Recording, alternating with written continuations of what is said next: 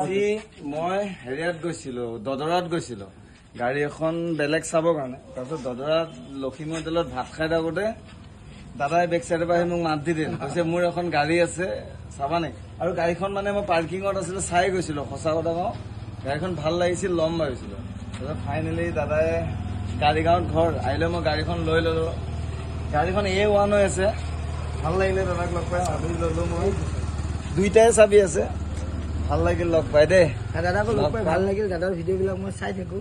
গাড়ীখন ল'ব, দাদাক ল'লে ভালদৰে ভালকৈ ৰাখিব, সেইটোৱে আৰু। আৰু গাড়ীখনৰ কণ্ডিশ্যনটো চব, আৰু 86,000 মান চলিছে। এটা দাগ নাই, 4টা টায়াৰে নতুন হৈ আছে। আৰু চলিছে কিমান মই চলাই দিম, দেখাই দে।